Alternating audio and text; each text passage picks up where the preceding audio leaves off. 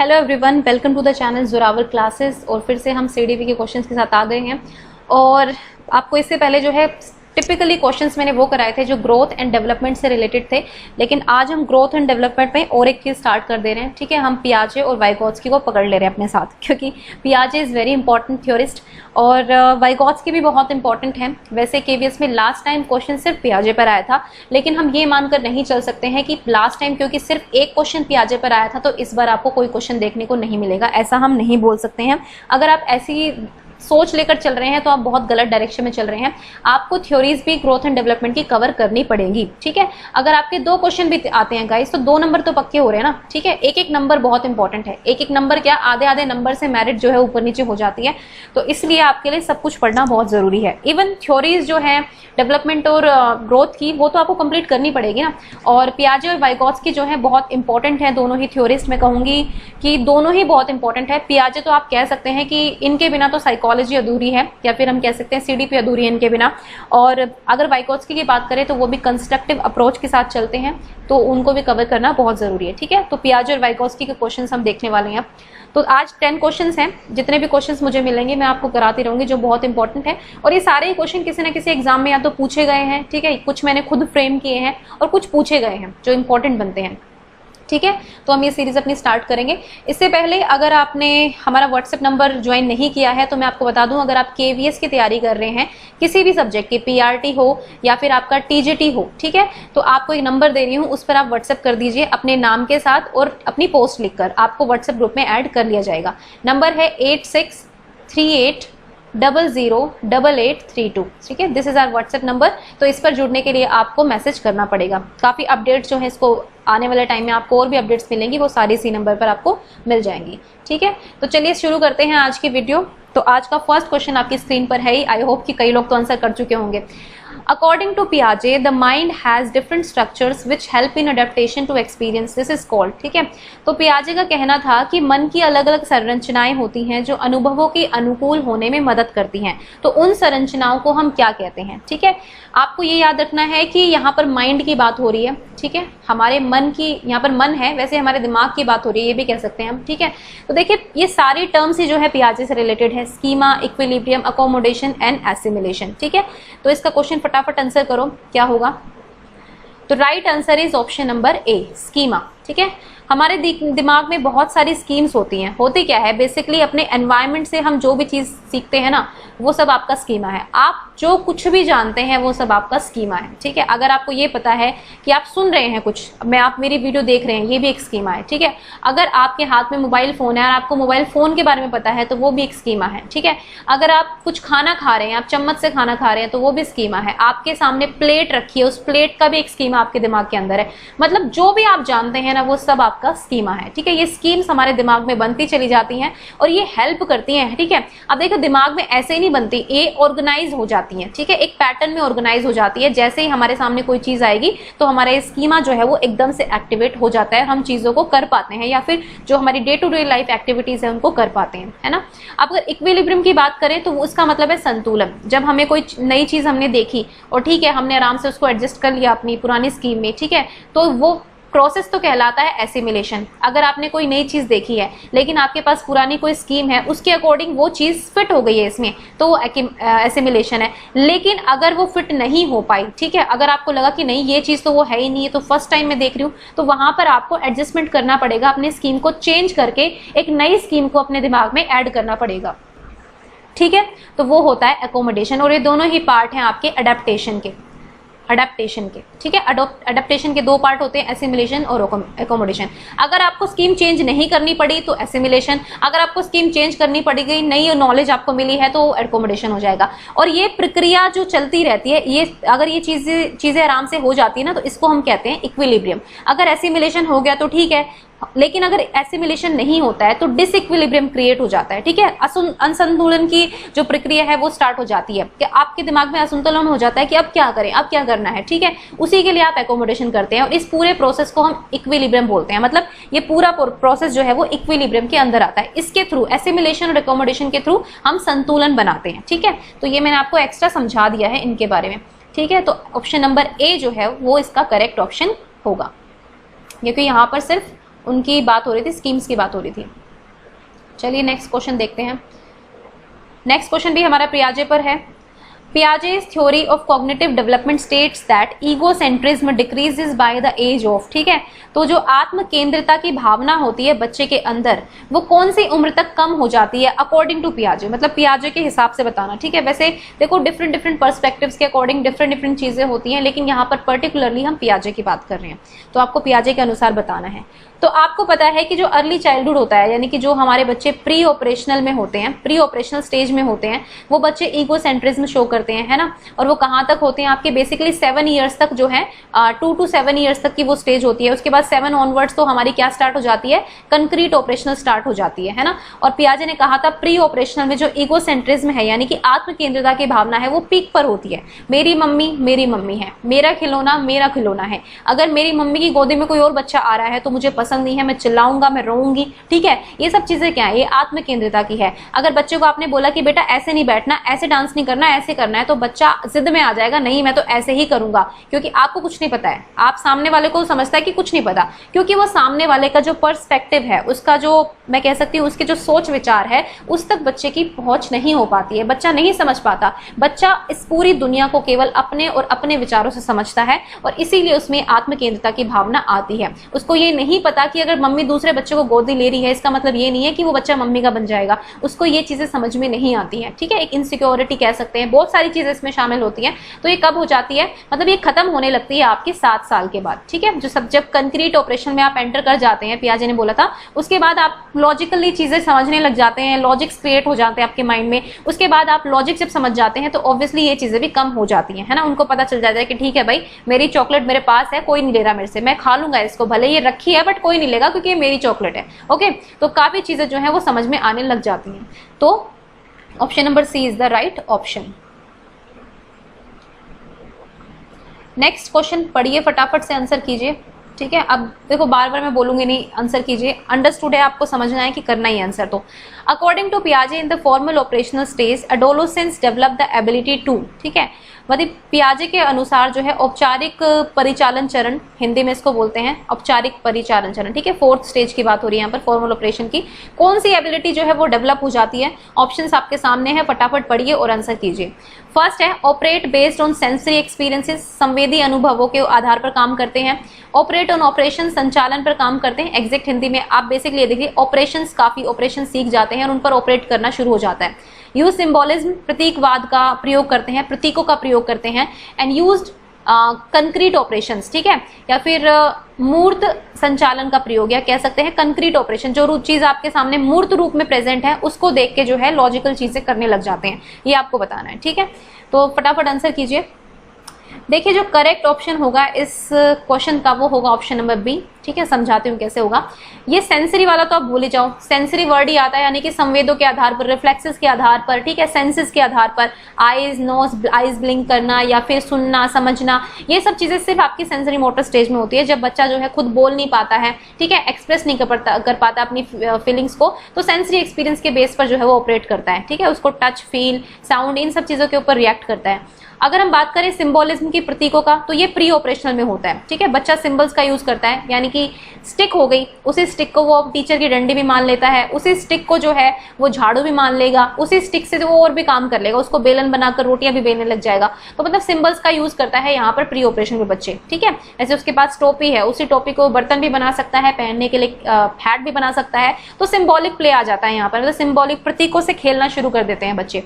अब बात आती है यूज कंक्रीट ऑपरेशन, तो कंक्रीट ही नाम आ गया, यानी कि मूर्त। जब आपके सामने चीज प्रेजेंट है, ठीक है, आपके सामने कुछ बटन्स प्रेजेंट है, आपको उन्हें 1 2 3 काउंट करना है भाई, फटाफट से काउंट करो इन बटन को और फिर इनको असेंडिंग और डिसेंडिंग ऑर्डर में लगाओ, जो सबसे छोटा बटन है उसको आगे रखो, ये सब। तो ये चीजें बच्चा करता है कंक्रीट ऑपरेशन में, क्योंकि उसके सामने बटन्स प्रेजेंट है, ठीक है। तो मूर्त रूप से चीजें करता है। लेकिन यहाँ पे क्या है, operate on operations. What kind of operation are we talking about, ये बताओ फटाफट। यहाँ पे ऑपरेशंस की बात है, जो बड़े ऑपरेशंस होते हैं, ठीक है।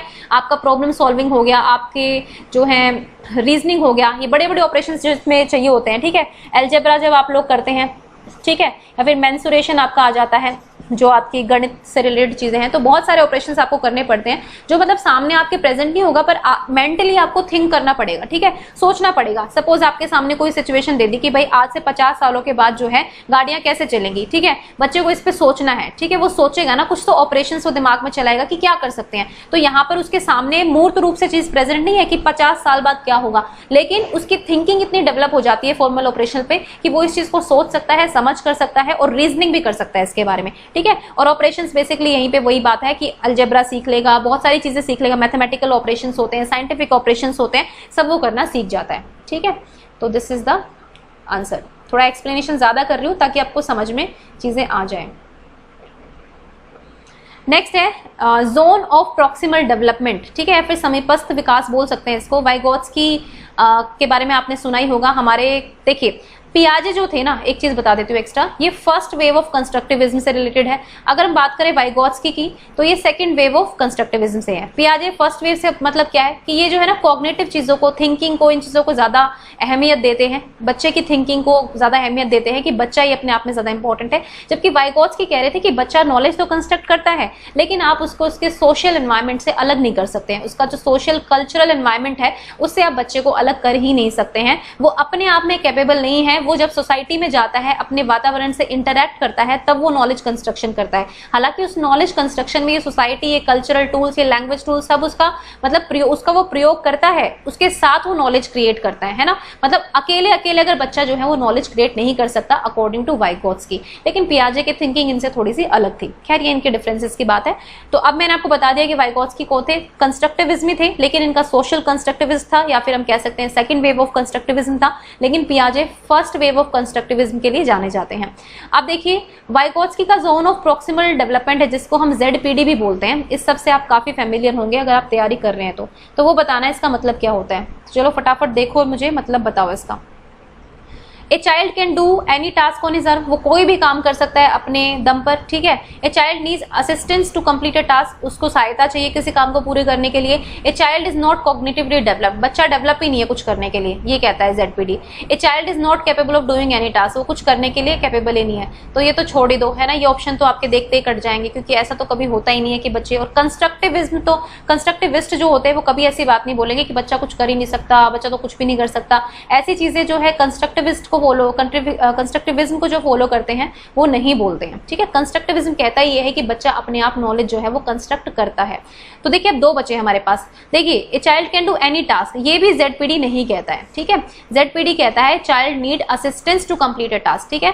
कहने का मतलब क्या है, देखिए ये है बच्चा, ठीक है, ये चाइल्ड है आपका, इसको आप कोई टास्क दे दिया जो बच्चे के लेवल का है, हो गया, ठीक है। एक और सर्कल बना रही हूँ और एक में सर्कल और बना रही हूँ, ठीक है। This is the part where a child can not reach, ठीक है, अपनी एज के हिसाब से। अब बच्चा है मान लीजिए 4 साल का है, अब मैं उसको कहूँ अलजेब्रा करना है, ठीक है, अलजेब्रा के क्वेश्चन सोल्व करो, क्या कर पाएगा 4 साल के बच्चा? कभी भी नहीं कर पाएगा। तो ये जोन तो बच्चा टच ही नहीं करता है। लेकिन ये जो बीच का जोन है ना, ये जो मैं अभी दिखा रही हूँ आपको, ये बच्चा अपने आप तो इस अंदर वाले सर्कल तक है, लेकिन किसी की सहायता से ये बीच वाला जो मिडिल जोन है इसको कंप्लीट कर सकता है, मतलब यहाँ तक पहुंच सकता है अगर हम उसको असिस्टेंस दें तो थोड़ी सी, ठीक है। सपोज बच्चों ने प्लस के क्वेश्चंस ठीक कर लिए हैं, अब उसके बाद प्लस की एक और कैटेगरी आपको इंट्रोड्यूस करनी है, लेकिन बच्चा अपने आप नहीं कर पा रहा है, तो आप क्या करेंगे, आप उसको थोड़ी सी असिस्टेंस देंगे, लेकिन प्लस का कॉन्सेप्ट तो आता है ना उसको, तो वो चीज भी वो सीख जाएगा। मतलब इसको हम बोलते हैं जोन ऑफ प्रॉक्सिमल डेवलपमेंट। और ये बाहर वाला ये है कि बच्चा कुछ भी कर सकता है, भाई कुछ भी तो नहीं कर सकता है, एज के अकॉर्डिंग होता है, ठीक है। मतलब अपने एज के अकॉर्डिंग वो चीजें कर सकता है, उस लेवल तक आप लेकर आ सकते हो। लेकिन एज से बाहर ही जाओगे, भाई अलजेब्रा में XY वेरिएबल्स को कैसे समझेगा वो, है ना। तो यानी कि ये होता है आपका जोन ऑफ प्रॉक्सिमल डेवलपमेंट, कि बच्चा यहाँ तक सीख पा रहा है लेकिन आपको यहाँ तक पहुंचाना है, और ये रीच में भी है, मतलब पहुंच सकते हैं बच्चे, टीचर को पता है, तो टीचर थोड़ी सी हेल्प करेगा तो यहाँ तक पहुंच जाएंगे। तो ZPG is the zone of proximal development, ये एक लेवल है, ये कोई असिस्टेंस, ये हम नहीं कह सकते कि ZPD का मतलब असिस्टेंस होता है, नहीं, इसका मतलब ये एक लेवल है जहां तक बच्चा पहुंच सकता है, ठीक है। ए चाइल्ड नीड्स असिस्टेंस, मतलब ZPD का मतलब क्या है कि भाई बच्चे को असिस्टेंस चाहिए to complete a task initially, मतलब इन क्वेश्चंस के अकॉर्डिंग बता रही हूँ जो यहाँ पे ऑप्शंस दिए हुए हैं, भाई शुरू में अब बच्चे को असिस्टेंस चाहिए इस लेवल तक पहुंचने के लिए, ठीक है। तो दिस इज कॉल्ड ZPD। चलिए नेक्स्ट क्वेश्चन देखते हैं। आज की वीडियो थोड़ी सी लंबी हो सकती है क्योंकि एक्सप्लेनेशन बहुत ज्यादा है मेरी तरफ से। नेक्स्ट है fitting new information into the existing scheme, भाई आपको नई इन्फॉर्मेशन फिट करनी है। मैंने बताया था अभी स्टार्टिंग में आपको, फटाफट आंसर करो इसका कि मौजूदा स्कीम में नई सूचनाओं को रखने को क्या कहा जाता है। ठीक है, फटाफट से आंसर कीजिए। तो इसका करेक्ट ऑप्शन होगा एसिमिलेशन, ये मैंने आपको बताया भी था। ठीक है, इसको एक्सप्लेन कर चुकी हूँ कि नई इन्फॉर्मेशन, सपोज वो कैट डॉग वाला एग्जांपल तो आपको सबको पता होगा, है ना। अब सपोज बच्चा जो है चम्मच से खाना सीख रहा है, ठीक है, चलिए चम्मच वाला एग्जांपल भी छोड़ दीजिए, एक बताती हूँ। सपोज आपने साइकिल सीख ली, ठीक है, साइकिल सीख ली आपने, साइकिल के बाद आपको स्कूटी पकड़ा दी, आपने ये भी सीख ली क्योंकि आपको साइकिल चलानी आती थी, इसमें दो नई चीज ऐड करके आपने स्कूटी चलाना भी सीख लिया।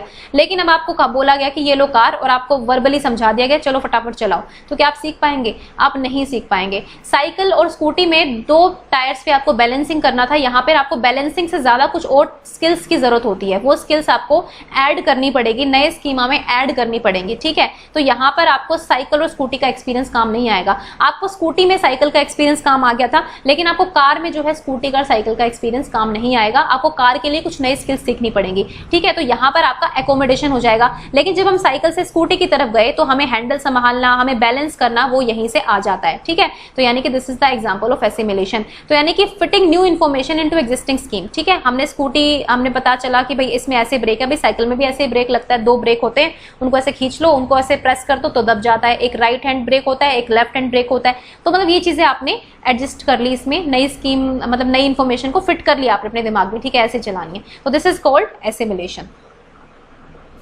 और भी बहुत सारे एग्जांपल हैं, आगे आगे डिटेल में वो कर लेंगे आप कवर। ठीक है, क्वेश्चन नंबर 6 है, फटाफट पढ़िए और आंसर कीजिए।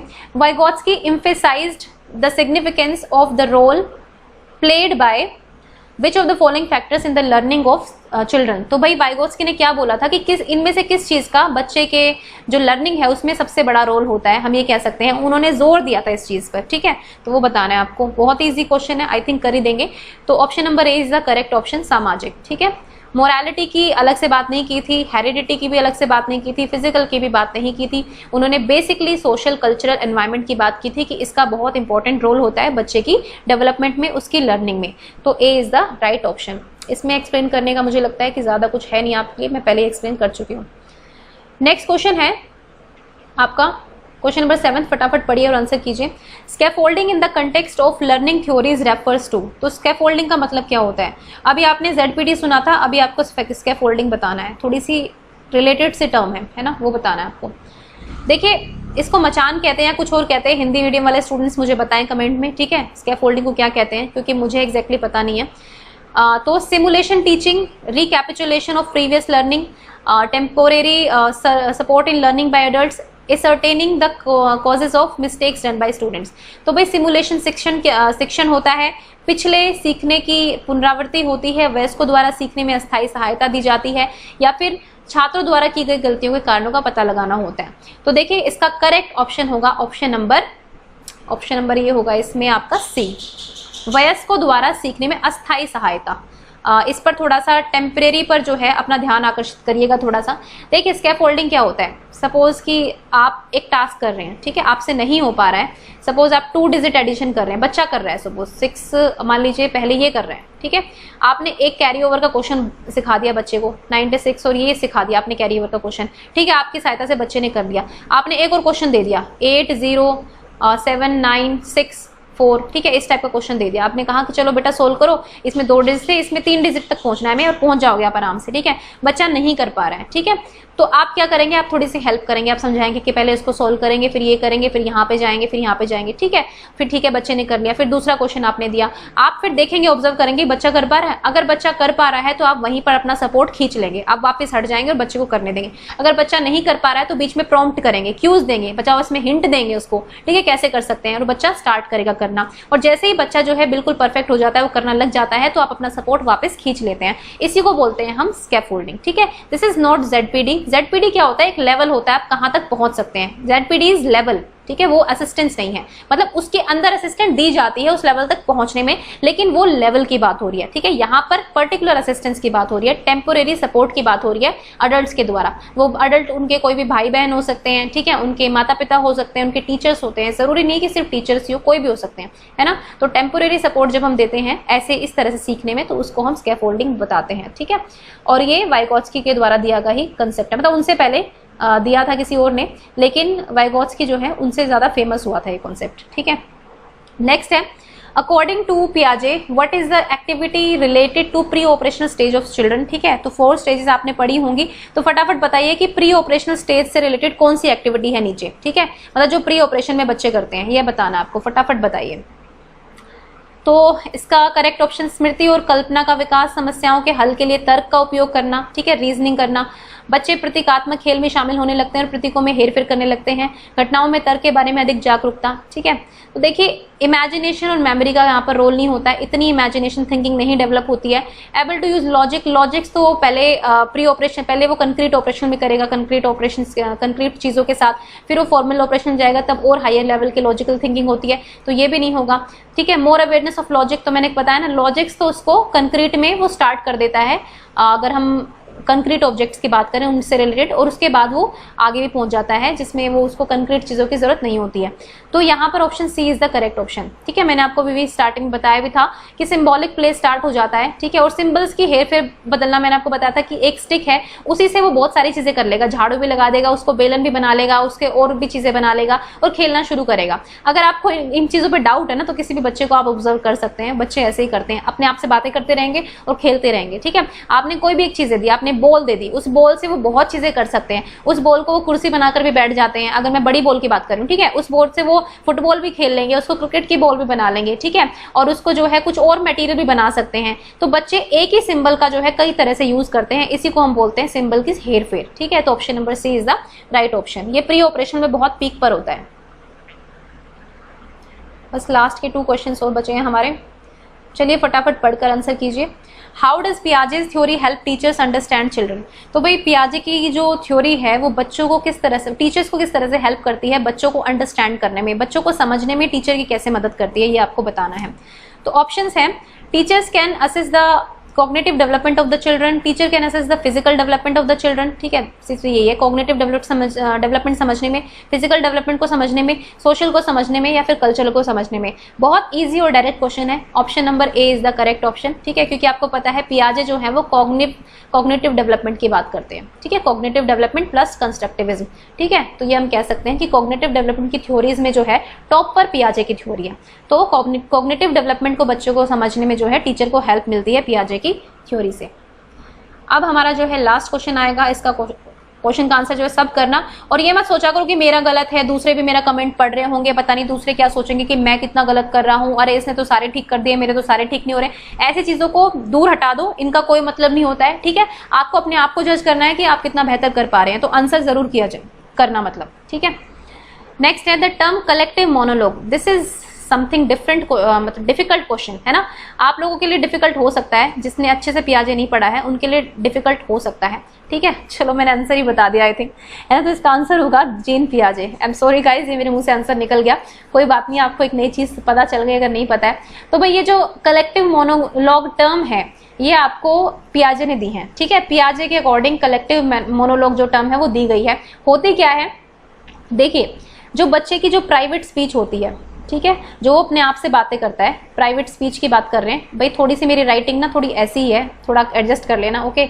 बोल रही हूँ उसको सुन लेना, क्योंकि बहुत क्लियर राइटिंग नहीं आती है मेरी, थोड़ी सी स्पीड है, तो राइटिंग भी में भी थोड़ी स्पीड रहती है। ओके, तो जो कलेक्टिव मोनोलॉग है इसको हम क्या बोलते हैं। देखिए जो बच्चे की प्राइवेट स्पीच होती है, जब वो अपने आप से बातें करता है, तो वाइगोत्स्की ने इसको बहुत इंपॉर्टेंस दी थी कि ये जो है बच्चे की कॉग्निटिव डेवलपमेंट में हेल्प करता है, बच्चे की कंस्ट्रक्टिविज्म में हेल्प करता है। बच्चा जब अपने आप से बातें कर करके खेल रहा है ना, तो वो अपने आप को जो है ऑर्गेनाइज कर रहा है, अपने थॉट्स को ऑर्गेनाइज करता है, अपने आप को डिसिप्लिन में लाता है कि हाँ भी मुझे अब ऐसे करना है, मुझे ऐसे करना है। और मेरा पर्सनल एक्सपीरियंस भी यही कहता है कि this is very important, private speech is very important. ठीक है, ये हमें हेल्प करती है। आप खुद देखिए, हम कई बार अपने आप से बातें करते हैं, अरे यार इसको उठाकर यहाँ रख देते हैं, चलो इसको उठाकर, मतलब कई बार हम अपना स्पेस चाहते हैं, हम अपने आप से बात करते हैं, ऑब्वियसली इनर स्पीच में बदल जाती है बाद में।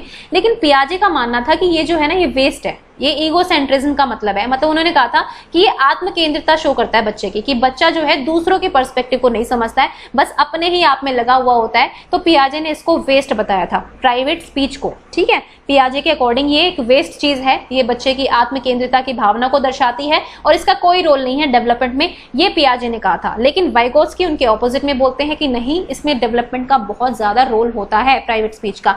तो इस प्राइवेट स्पीच को जो है टर्म दी थी पियाजे ने, उसको बोलते हैं कलेक्टिव मोनोलॉग। इस टर्म को आप भूलना मत कभी भी, ठीक है। हो सकता है कल को आपके एग्जाम में, अगर आप DSSB का एग्जाम में भी बैठ रहे हैं, किसी और एग्जाम में बैठ रहे हैं, टैट वैट की, UP TET, super TET, REET, पता नहीं क्या क्या है, तो कहीं भी क्वेश्चन पूछा जा सकता है। ये थोड़े हाई लेवल के क्वेश्चन बता रही हूँ मैं आपको। तो कलेक्टिव मोनोलॉग जो है ये प्राइवेट स्पीच का नाम है अकॉर्डिंग टू पियाजे, ठीक है। तो ये इसका आंसर होगा जीन पियाजे। सो गाइज ये थे आपके 10 क्वेश्चन जो मैंने पियाजे और वाइगोत्स्की की थ्योरी से लिए हैं, ठीक है। आगे भी अगले सेशन में भी हम यही करेंगे, पियाजे वाइगोत्स्की को ही देखेंगे। देखो क्वेश्चंस तो बहुत सारे हैं, लेकिन कलेक्ट करना और इकट्ठा करना एक अपने आप में बहुत बड़ा काम होता है, बड़ा टास्क होता है मेरे लिए। तो मैं कोशिश यही कर रही हूँ कि आपके लिए बेस्ट क्वेश्चंस लाए जा सकें जो आ सकते हैं आपके एग्जाम में, है ना। जितने क्वेश्चन मिलेंगे वो मैं कराऊंगी, ठीक है। आपको वीडियो कैसी लगी आप कमेंट में जरूर बता सकते हैं। और all the best to all of you and thank you for watching Zorawar classes.